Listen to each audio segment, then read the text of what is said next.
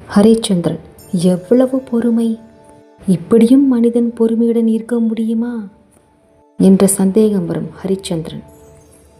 கதையை படித்தால் ஜடபரதன் தன்னை கொல்வதற்காக வந்திருக்கிறார்கள். பொறுமையுடன் சிரித்து கொண்டே இருக்கிறார். என்னை இறைவன் நினைத்தால்தான் என் உயிர், ஏன்னா அவருடைய கட்டளை இல்லாமல் இந்த இயற்கை ஒரு புல் பூண்டு கூட அசையாது. அவர் இந்த உயிரை எடுக்க வேண்டும் என்று நினைத்தால் அந்த உயிரை எடுத்து விடலாம், இல்லை என்றால் முடியாது. கிழக்கத்திய நாடு சித்தாந்தத்தில் சாக்ரட்டிஸ் ஒரு பெரும் ஃபிலாசபர் இருந்தார். எல்லாருக்கும் தெரிந்திருக்கும், இருக்கிறார். தன்னை கொல்வதற்காக கடைசியில் கோப்பையில் விஷத்தை குடிக்கிறார்கள்.